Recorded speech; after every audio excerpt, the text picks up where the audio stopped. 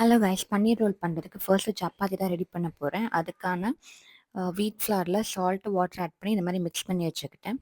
Next பன்னீர் marinate பண்ணுறதுக்காக 2 teaspoon curd, கொஞ்சமாக chilli powder, garam masala, salt and கொஞ்சமாக மஞ்சள் தூள் ஆட் பண்ணி நல்லா ஒரு ஃபைன் பேஸ்ட்டாக மிக்ஸ் பண்ணி எடுத்துக்கிறேன்.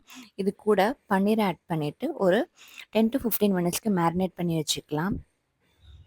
நெக்ஸ்ட்டு மேரினேட் பண்ண பன்னீரை நம்ம ஃப்ரை பண்ணி எடுத்துக்க போகிறோம். ஸோ ஒரு பேனில் ஆயில் ஆட் பண்ணிவிட்டு பன்னீர் ஆட் பண்ணி நல்லா ஃப்ரை பண்ணி எடுத்துக்கலாம். நெக்ஸ்ட்டு ஸ்டஃபிங் ரெடி பண்ணி வச்சுக்க போகிறோம். அதுக்கு பேனில் பட்டர் ஆட் பண்ணிவிட்டு ஒரு ஆனியன் அண்ட் ஒரு டொமேட்டோ ஆட் பண்ணிக்கிறேன். வெஜிடபிள்ஸ் ஆட் பண்ணிக்கிறேன். உங்களுக்கு என்ன வெஜிடபிள்ஸ் இனிமேல் ஆட் பண்ணால் கேரட் அண்ட் கேப்சிகம் ஆட் பண்ணிவிட்டு இது கூட salt and chilli powder add பண்ணிக்கிறேன். ஸோ இது ஓரளவுக்கு குக் ஆனால் போதும். இது கூட 1/2 டீஸ்பூன் போல் ஜிஞ்சர் கார்லிக் ஆட் பண்ணிக்கிறேன்.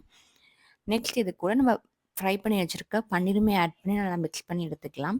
ஃபைனலாக இது கூட ஹாஃப் லெமன் நான் ஸ்குவீஸ் பண்ணிக்கிறேன். அவ்வளோதான், நம்மளோட ஸ்டஃபிங் இப்போ ரெடி ஆகிடுச்சு. நெக்ஸ்ட்டு சப்பாத்தி போட்டு எடுத்துக்கலாம். நெக்ஸ்ட்டு மைனஸ் பேஸ்க்காக ஒயிட் மைனஸ் கூட கொஞ்சமாக சில்லி சாஸ் ஆட் பண்ணி நல்லா மிக்ஸ் பண்ணி எடுத்துக்கிறேன். அவ்வளோதான், நம்மளோட பேஸும் இப்போ ரெடி ஆகிடுச்சு.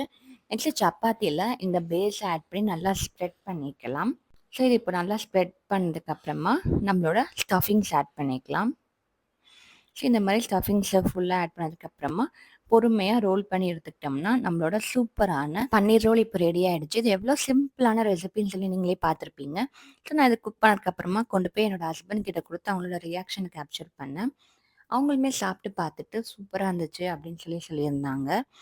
ஸோ நெக்ஸ்ட் நாங்கள் 2 பேருமே உட்காந்து அதை சாப்பிட்டு அப்படியே ஈவினிங் ஸ்பெண்ட் பண்ணோம். ஸோ இந்த வீடியோ உங்கள் எல்லாருக்குமே பிடிச்சிருக்குன்னு நினைக்கிறேன். இந்த ரெசிபியை நீங்களும் வீட்டில் ட்ரை பண்ணி பார்த்துட்டு எப்படி இருந்துச்சுன்னு எனக்கு கமெண்ட் பண்ணுங்கள். பாய்.